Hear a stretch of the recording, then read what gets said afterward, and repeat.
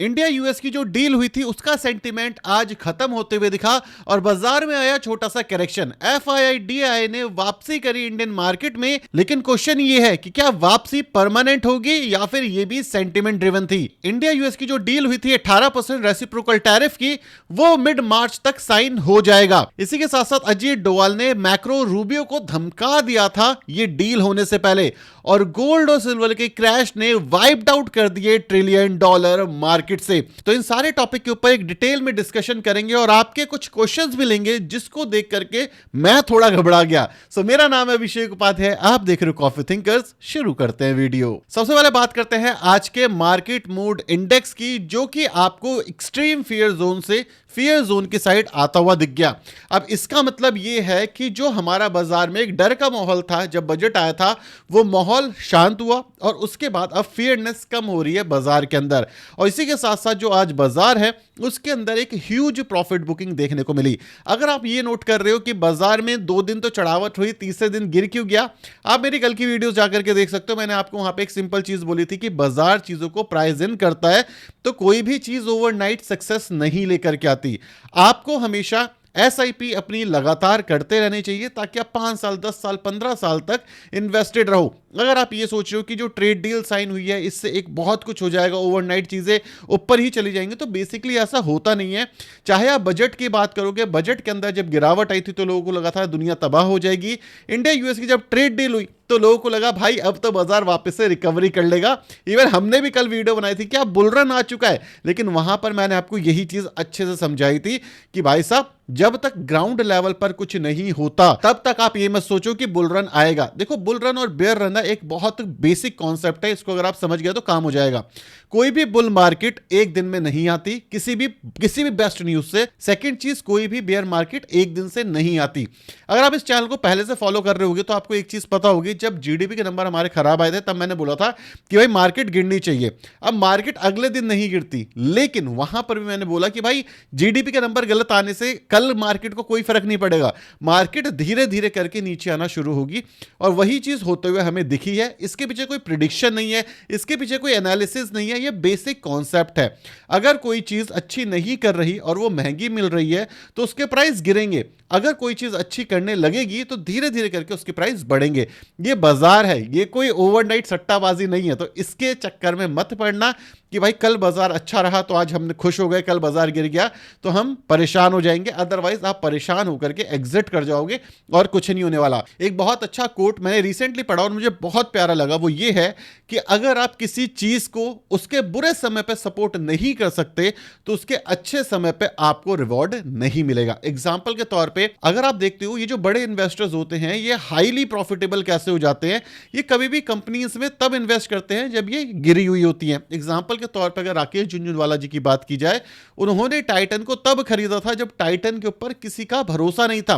सब कह रहे थे कि भाई ये कंपनी कैसे चलेगी, ये तो ग्लासेस बनाती है, ये तो वॉच बनाती है। लेकिन जो राकेश झुनझुनवाला थे उनको उनका दूसरा बिजनेस सेगमेंट दिखा जो कि हाई ग्रोथ पोटेंशियल रखता था। तो एक सिंपल सी बात है, कोई चीज अगर गिर रही है तो वो इतना नहीं गिरेगी कि खत्म हो जाए, और कोई चीज अगर बढ़ रही है तो वो इतना नहीं बढ़ेगी कि वो आपको ओवरनाइट चीजें करके दे दे। तो इसी वजह से कहते हैं कि अगर आप कहीं पर भी इन्वेस्ट कर रहे हो या कहीं पर भी बेरिश हो रहे हो तो धीरे धीरे धैर्य रख करके वहां पर इन्वेस्ट करोगे तो अच्छा रहेगा। ये न्यूज बेस्ड इन्वेस्टिंग मत करो, क्योंकि न्यूज बेस्ड इन्वेस्टिंग से ही सबसे बड़ा रिस्क होता है। और इसी के बारे में मैं आगे भी डिस्कस करूंगा, क्योंकि मेरे पास कमेंट्स बहुत अच्छे आए हैं, लेकिन उन कमेंट्स को समझना और उनका आंसर देना जरूरी है। तो वीडियो लास्ट तक देखना अगर आपने इन्वेस्ट किया है या एग्जिट किया है तो। सेकंड चीज हम बात करते हैं इंडिया यूएस की डील से कि जो 18% के रेसिप्रोकल टैरिफ लगे थे उसको मिड मार्च तक साइन कर दिया जाएगा। लेकिन जैसे ही ये न्यूज आती है वैसे ही ये स्टेटमेंट काफी ज्यादा वायरल होना शुरू हो जाता है कि जब हमारी ट्रेड डील नहीं हुई थी तो अजीत डोवाल जी ने वॉर्न कर दिया था यूएस को। मतलब बैकएंड में काफी सारी डिस्कशन चलती रहती है जो पब्लिकली नहीं आती। उन्होंने वॉर्न कर दिया था कि यूएस को कि आप हमें इस तरीके से ट्रीट नहीं कर सकते, अगर आप ये ट्रीट करोगे तो आपको महंगा पड़ सकता है आने वाले टाइम पे। अब ये न्यूज आज हमारे सामने निकल करके आती है। ऑब्वियसली सिक्योरिटी का मामला होता है तो आपको मुझे हर एक चीज पता होने की जरूरत नहीं है, लेकिन अगर ये चीज सामने निकल करके आ रही है तो उससे ये पता चलता है कि हमने काफी अच्छे से हैंडल करने की कोशिश की थी सिचुएशन को। हाँ, पब्लिकली हम आकर के इतना ओपनली नहीं बोलते जैसे यूएस हमारे बारे में बोल देता है, लेकिन हर किसी का जो सिचुएशन को डील करने का तरीका होता है वो काफी ज्यादा डिफरेंट होता है, तो इसके ऊपर हम कुछ कह सकते नहीं है। लेकिन अगर हम बात करें मिड मार्च तक ये साइन होने की बात हो रही है, प्रॉब्लम यहां पर यह आ रही है कि आप देखोगे ओपनली आकर के ना जो यूएस है वो ऐसा ट्रीट कर रहा है कि उसने हमको ऐसा परेशान करा जिस वजह से हमने ये डील को साइन करा है और हमने यहां पर कुछ बेनिफिट नहीं लिया है। और ये चीज एक चिंताजनक बात है क्योंकि मिड मार्च तक की बात हो रही है। अब पेपर्स पे क्या लिखा है क्या नहीं लिखा वो मिड मार्च पर ही पता चलेगा। तो मार्केट के अंदर अनसर्टेनिटी है। एक और चीज मैं वापस बताना चाहूंगा, जब चीजों में अनसर्टेनिटी हो तभी आपको महंगी चीज सस्ते प्राइस पे मिलेगी। अगर चीजें सर्टन हो जाए तो आपको वो प्राइस ही नहीं मिलेगा, आप प्रीमियम पे करते हो। लोग कहते हैं कि यार मेरे को ना जमीन पसंद है, मेरे को कौन सी जमीन पसंद है, मेरे को जहां से रोड कटी है ना वो जमीन पसंद है।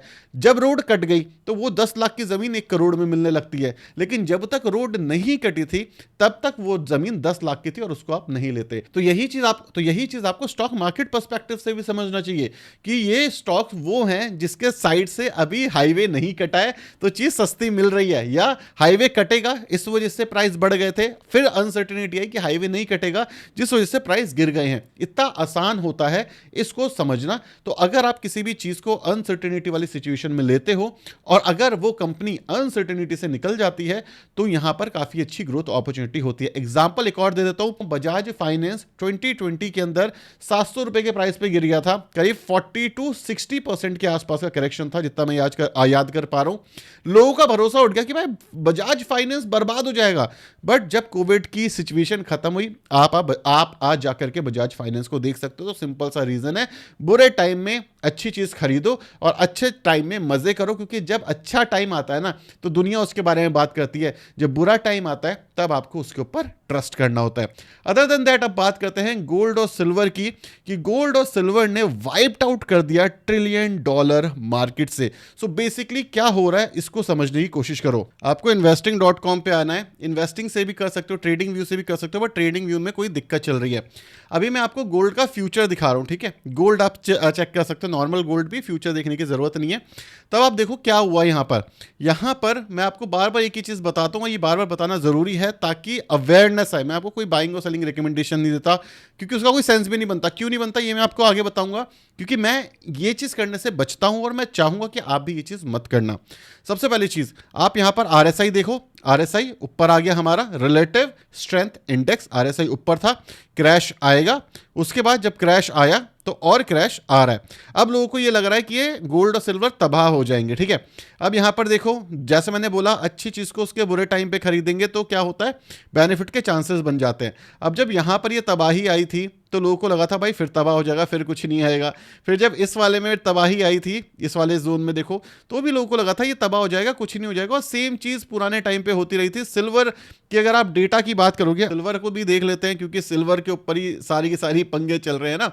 तो आप सिल्वर को देखो, सिल्वर के साथ क्या हुआ है, सिल्वर के साथ तो भाई साहब तबाही आ गई है। ये एक वो टाइम था जब लोगों को लग रहा था इससे बढ़िया कुछ नहीं है, आज का वो टाइम है लोगों को लग रहा है इससे बदतर कुछ नहीं है। आप देखो अपने ऑलमोस्ट लो के आसपास आ चुका है। आरएसआई की बात करो, मैं प्राइस की बात नहीं कर रहा। यहां पर देखो आरएसआई यहां पर हमारी 30 की चल गई थी, लोगों को लग रहा था कि भाई ये तो इससे ऊपर जाएगा ही नहीं। अब क्या हुआ, उसके बाद वापस से रैली आई। तो हम एज अ रिटेल इन्वेस्टर से एक चीज समझ नहीं पाते कि भाई साहब जो चीज ऊपर गई है वो चीज तो नीचे आएगी ही आएगी। आपको क्या लगता है कि अगर कोई 1 महीने के अंदर इतनी अच्छी ग्रोथ देगा तो क्या वो नीचे नहीं आएगा? फॉर श्योर नीचे आएगा। चाहे आप पास्ट को उठा करके देख लो, हम लेटेस्ट डेटा की बात ही नहीं कर रहे, हम पास्ट की भी बात कर लेते हैं। तो सिंपल सा क्या रीजन है, तो जब आप चीजों को फोमो में आकर के खरीद लेते हो ना तो चीजें खराब हो जाती है। एग्जांपल दे देता हूं मैं आपको, काफी सारे इक्विटी इन्वेस्टर्स हैं, अब वो छोड़ करके गोल्ड और सिल्वर में चले गए हैं। लेकिन प्रॉब्लम क्या है, ये तो सब करते हैं, बात सही है, सब करते हैं। लेकिन याद रखो जब स्मॉल कैप की रैली आ रही थी 2023 के अंदर, 2024 के अंदर, तो उस सिचुएशन में हर इंसान आपको सिर्फ एक चीज बोल रहा था कि भाई स्मॉल कैप में इन्वेस्ट करो, स्मॉल कैप में इन्वेस्ट करो। लोगों ने अपने घर बार बेच करके स्मॉल कैप म्यूचुअल फंड्स में इन्वेस्ट कर दिए थे, सोना चांदी तो दूर की बात है। और मैंने देखा है काफी सारे लोगों ने ये बोला भाई मैं लोन लेकर के इन्वेस्ट कर देता हूं, मैं सोना चांदी लेकर के बेच करके इन्वेस्ट कर देता हूं। आज की डेट में स्मॉल कैप वाले क्या है, स्मॉल कैप वाले कहीं नहीं आते। सिंपल सी बात है, कि भाई स्मॉल कैप हो, मिड कैप हो, लार्ज कैप हो, गोल्ड हो, सिल्वर हो, जिंक हो, कॉपर हो, देखो हर चीज की साइकिल होती है। ये cyclical in nature, commodity cyclical in nature होती है। 5-5 6-6 साल तक की रैली होती है, उसका 5-5 6-6 साल तक का डाउन टाइम होता है।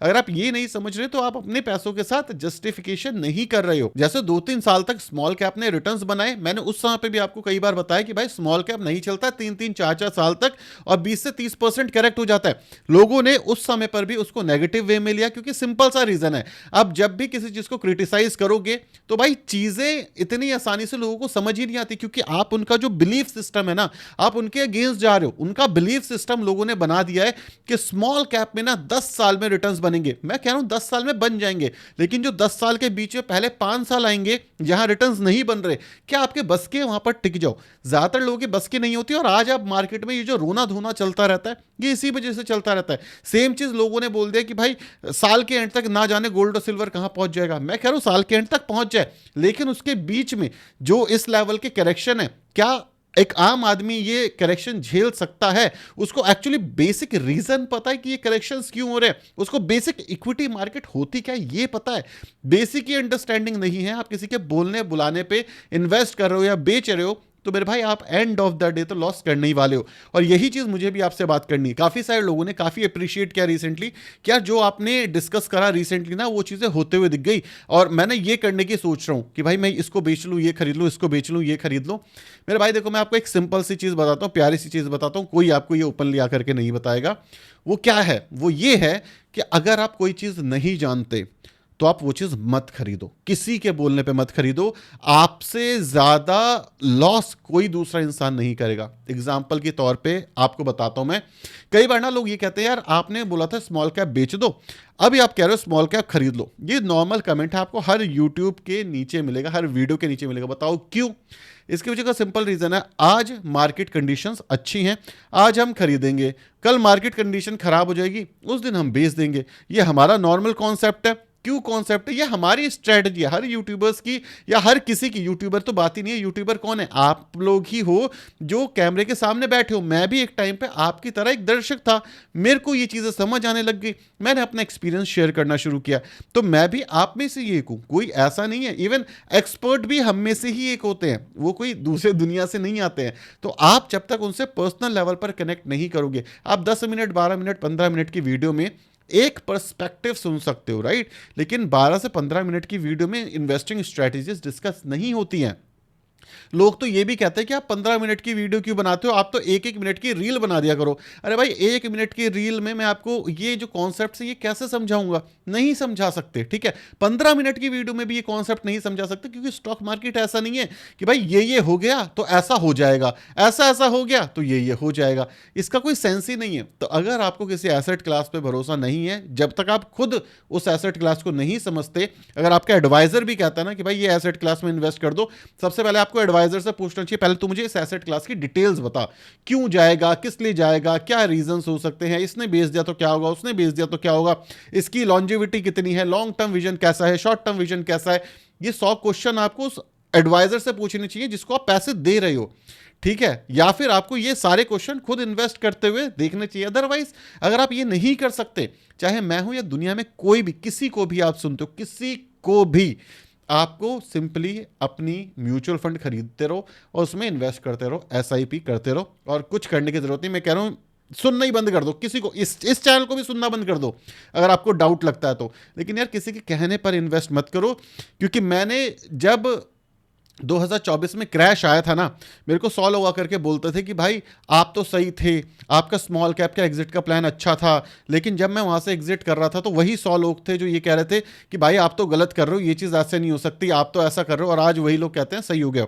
लेकिन आने वाले टाइम पे वही चीज़ उल्टी पड़ जाती, तो भाई वही बोलते कि यार आपने तो हमें फंसा दिया। भाई मैंने कैसे फंसा दिया आपको? यह दुनिया में कोई भी इंसान आपको नहीं फंसा सकता। आज आप प्रॉफिट कर रहे हो, वो प्रॉफिट आपका है, वो प्रॉफिट आप मुझे नहीं दे रहे, या कोई भी इंसान किसी को नहीं दे रहा। सेम चीज जब आप लॉस करोगे तो भी वो आपका होगा, उसमें आपकी कोई भागीदारी नहीं करेगा। और ये इतना नॉर्मल चीज है, आपको मुझे नहीं पता कोई बताता या नहीं बताता, 99.99% लोग तो बताएंगे ही नहीं, क्योंकि अगर वो बता देंगे तो सच्चाई सामने आ जाएगी ना, लोग देखेंगे क्यों? मैं कह रहा हूं मत देखो। अगर आपको इस चीज़ की वजह से अगर आप ये चैनल को कभी भी विजिट कर रहे हो कि भाई यहाँ से मुझे कोई टिप मिल जाएगी, प्लीज़ मत देखो, क्योंकि कोई टिप नहीं है यहाँ से। यहाँ पे जो मैं आपके साथ मैं अपने लिए करता हूँ वही मैं आपको बताता रहता हूँ, और वही चीज़ है। अगर आप चाहो तो उसको फॉलो कर सकते हो, ना चाहो तो मत फॉलो करो, लेकिन कोई चीज़ क्यों खरीद रहे हो, क्यों गिर रही है, ये समझना जरूरी है। खरीदना नहीं खरीदना इट्स अ सेकेंडरी कॉल, वो आपको अपनी एनालिसिस करके अपने रिस्क के हिसाब से देखनी पड़ेगी।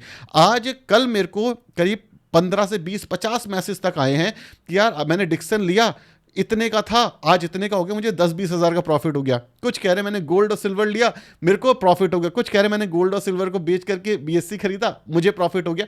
गेम ये नहीं है कि गोल्ड और सिल्वर को बीएससी के साथ खरीदा नहीं खरीदा, प्रॉब्लम ये है कि आप समझ रहे हो कि क्यों खरीदा है, वो क्यों गिरा था, वो क्यों रिकवर करा। बेसिक कॉन्सेप्ट ये है, क्योंकि आप बीएससी और एनएससी तक टिक करके रह जाओगे, आप गोल्ड और सिल्वर तक टिक करके रह जाओगे। प्रॉब्लम ये है कोई दूसरी अपॉर्चुनिटी होगी आपको पता ही नहीं चलेगी, क्योंकि आप कॉन्सेप्ट कोर कॉन्सेप्ट नहीं समझना चाहते। आप चाहते हो कि मुझे कोई टिप दे दे, भाई कोई टिप नहीं देता। लोग यहाँ पैसे लेकर के आपको टिप नहीं दे सकते अच्छी। मैं आपको सीरियसली बता रहा हूं, अगर आपको इन्वेस्ट करके ना वेल्थ बिल्ड करना है तो उसके लिए आपको पढ़ना पड़ेगा, उसके लिए आपको बेसिक नॉलेज चाहिए। अगर आप ये नहीं कर सकते तो मेरे भाई भूल जाओ कि आप कहीं पर कुछ कर पाओगे। क्यों नहीं कर पाओगे? क्योंकि सिंपल सी रीजन है, आज चीज अच्छी है तो आज हम खरीद रहे हैं, कल चीज खराब होगी तो कल बेचेंगे। बट प्रॉब्लम क्या है, अगर आप एक इंसान को फॉलो कर रहे हो, आप उसकी वीडियोज ही नहीं देखोगे बार बार। जब आप उसकी वीडियोज ही नहीं देखोगे, जिस दिन वो एग्जिट करेगा उस दिन आपको पता ही नहीं चलेगा। फिर आप वहां पर आकर के कमेंट करोगे कि भाई तुमने तो बताया नहीं, तुमने तो बोला था खरीद लो। उस बंदे का विजन है 10 साल का। जैसे लोग रिलायंस में इन्वेस्ट करते, कहते यार जियो चलता नहीं है।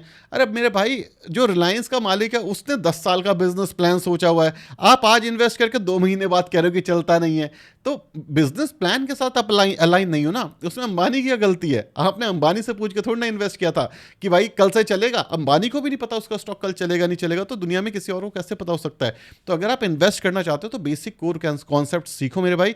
ये इस वीडियो का कोर कॉन्सेप्ट था, क्योंकि लोगों ने गोल्ड और सिल्वर में जब लॉसेस करे हैं ना, तो लोगों ने उनको बड़ा उल्टा सीधा बोला, लेकिन उन्हीं के कहने पे अगर उन्होंने जब प्रॉफिट किए थे तो कोई नहीं आ रहा था। आपका पैसा है, आपकी जिम्मेदारी है कि आपको कैसे इन्वेस्ट करना है। ये आपको ओपनली आकर के कोई नहीं बताने वाला। चाहे आप टीवी देख रहे हो, चाहे आप न्यूज़ देख रहे हो, चाहे आप किसी ऐप का सब्सक्रिप्शन ले रहे हो और वो कह रहा है कि भाई मैं आपको टिप दूंगा, चाहे आप किसी यूट्यूबर को देख रहे हो, चाहे आप किसी को भी देख रहे हो, कोई आपको आकर के इस चीज़ की गारंटी नहीं दे सकता। पैसे की गारंटी आपकी खुद की होती है, क्योंकि आपकी खुद की अर्निंग है। जितनी जल्दी ये समझ जाओगे उतनी जल्दी पैसा बन जाएगा, उतनी जल्दी आप लॉन्ग टर्म में ग्रो कर जाओगे। लेकिन अगर आप ये नहीं समझोगे, किसी भी टिप विप के चक्कर में पड़ोगे कि भाई इसने बताया था ये चीज़ चल गई या इसने बताया था ये चीज़ गिर गई, किसी के कहने से आप एक आधी बार तो पैसा बना लोगे, लेकिन जो कॉन्फिडेंस आपके खुद के अंदर होगा वही आप मार दोगे पूरी तरीके से। तो प्लीज़ सेल्फ स्टडी करना शुरू करो। ये चैनल खोलने के पीछे रीज़न मेरा बस यही था कि स्टडी करना सिखाऊं मैं आपको। मेरा ये कोई मोटिव नहीं था कि मैं आपको स्टॉक की रिकमेंडेशन देने वाला हूं कि भाई आप ये खरीद लो ये खरीदो, नहीं। मैं बस आपको ये डिस्कस करता हूं कि भाई ये स्टॉक गिर गया है और इसका कोई लॉजिक नहीं है गिरने का। तो प्लीज़ उस पर फोकस करो, ना कि टिप के ऊपर, राइट। लोगों के पैसे बने, so good to hear that, लेकिन रिस्क समझो तभी इन्वेस्ट करो, वरना मत करो। Thank you so much for watching this video. Signing of.